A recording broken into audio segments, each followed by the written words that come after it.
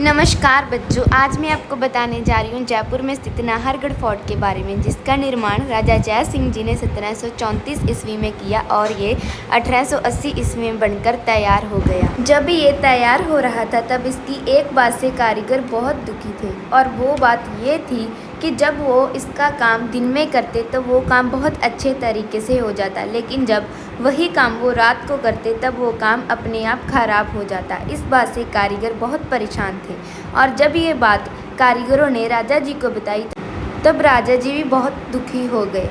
लेकिन एक दिन राजा जी के सपने में नाहर भगवान आकर बोले, जब तक तुम मेरा नाम लेकर ये काम शुरू नहीं कर लेते तब तक ये काम तुम्हारा अच्छी तरह से नहीं होगा। तो उसके बाद राजा जी ने उस महल में एक नाहर जी के नाम पर मंदिर बनवाया, जहाँ पर पूजा कराकर काम शुरू कर दिया गया, और फिर काम बहुत अच्छे तरीके से होने लग गया। इस महल में राजा मधु सिंह जी की 9 रानियों के घर भी स्थापित हैं।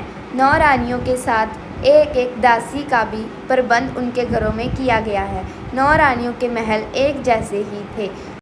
इसमें एक ऐसी कलाकृति भी की गई है जिससे ये बात साबित होती है कि दीवारों के भी कान होते हैं। ये बात ऐसी थी कि जब रानियां सोई हुई होती थी और दासियों को आपस में कोई बात करनी होती थी तो वो एक दीवार में बोलती थी और दूसरी दीवार में दासी को वो बात अच्छी तरह से सुनाई देती थी। इस महल में रानियों के सिवाय राजा का भी एक घर है जो कि बहुत ज़्यादा आलीशान है। वैसे तो रानियों के घर भी बहुत सुंदर हैं, लेकिन राजा जी का घर उनसे थोड़ा सा आकार में बड़ा है। इसका दृश्य भी वाह मानने लायक है, क्योंकि वहाँ से पूरा जयपुर दिखाई देता है।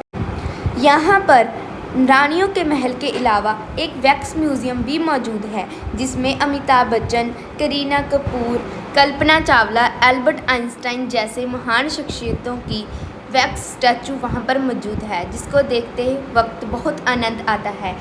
और इस वैक्स म्यूज़ियम में महारानी गायत्री देवी का भी स्टैचू है, जो कि बहुत अच्छी और सुंदर थी, और उसको फैशन की रानी भी कहा जाता है, जिसको फैशन की बहुत सुंदर समझ भी थी। और अब बात करते हैं हार्वेस्टिंग सिस्टम के बारे में। जयपुर का हार्वेस्टिंग सिस्टम भी मानने लायक है, क्योंकि वह पुराने ज़माने में फ़िल्टर का काम करता था। सभी पहाड़ों का पानी एकत्रित होकर लोगों तक फ़िल्टर होकर पहुंचाया जाता था, जैसे कि आप इस तस्वीर में देख सकते हो। यहाँ पर इन सब के अलावा एक शीश महल भी बना हुआ है, जो कि बहुत सुंदर है। ये थी नाहरगढ़ की कहानी। कैसी लगी कमेंट में ज़रूर बताना। धन्यवाद।